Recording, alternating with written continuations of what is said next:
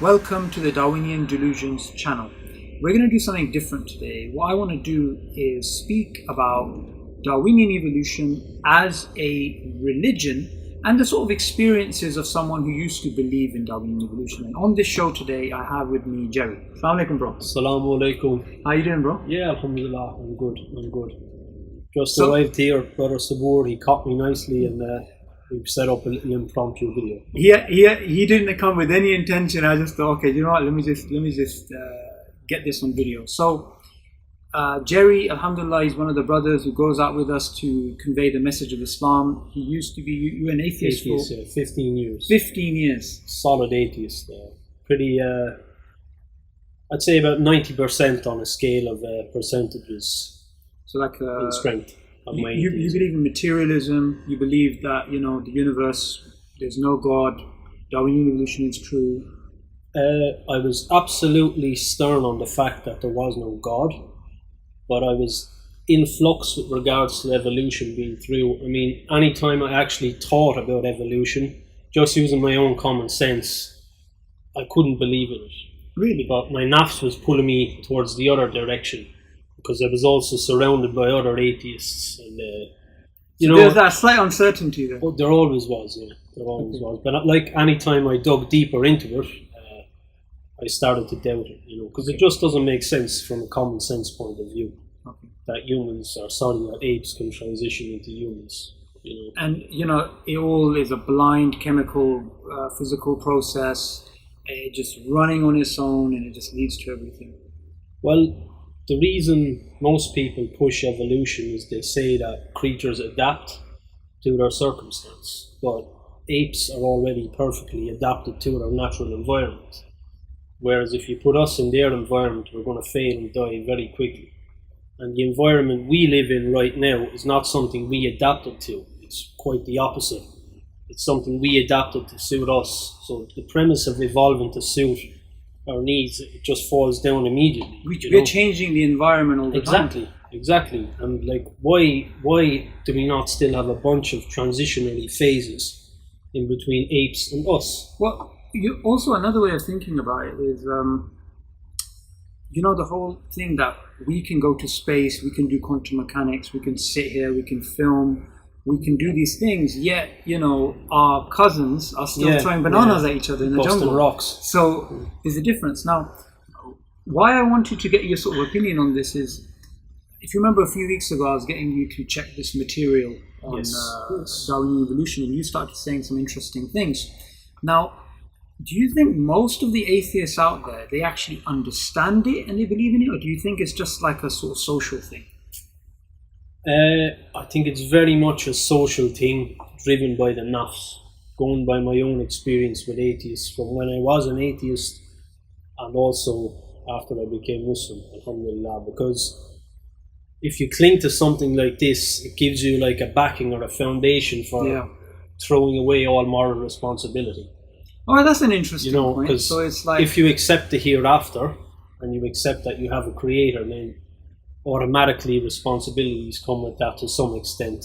So that's why I believe my nafs was pulling me towards the evolutionary materialistic side of things, although like I say, when I actually stopped by myself and thought about it as an atheist, it didn't make sense. Okay.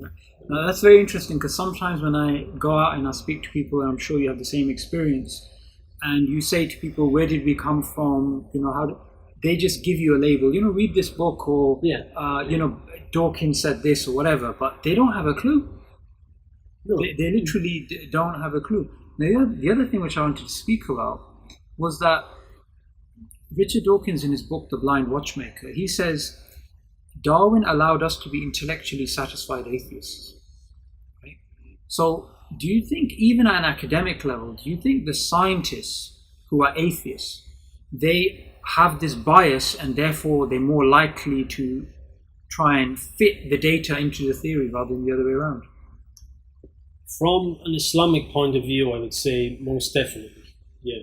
I mean, from their point of view, the scientists, the particular scientists that you're speaking about, I mean, why did they even pursue science?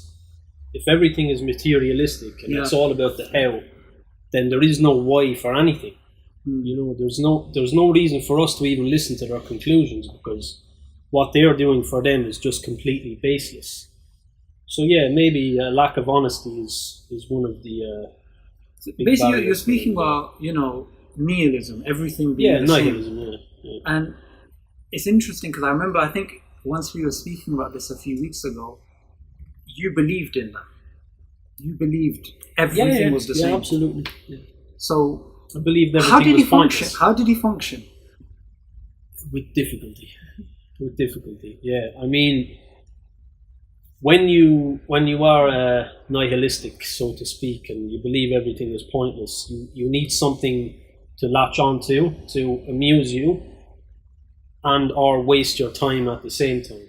I suppose you need a cause, and different people latch on to different things, and you can see they're emotionally attached to that which has no benefit for them. But if you dig deep with any atheist on the planet, and you keep asking them why, very quickly you're going to run into the obvious fact that their base is I don't know. So they have no why, they have no reason to build upon anything. For them it's just a bunch of, anything that happens is just a bunch of random, what would you say? Just random molecules. Random events. Yeah, random event on top of random event on top of random event, including their pursuit of science. Yeah. You know, at the end of the day, we're all going to the same place. And what's the incentive? yeah, what's the incentive for anything for these people? I mean, I was honest with myself when I was an atheist, and I started to ask myself, why do I get up out of bed in the morning? And I couldn't answer this question. I could put fake answers up, but deep down something within me had to acknowledge that I couldn't answer this question.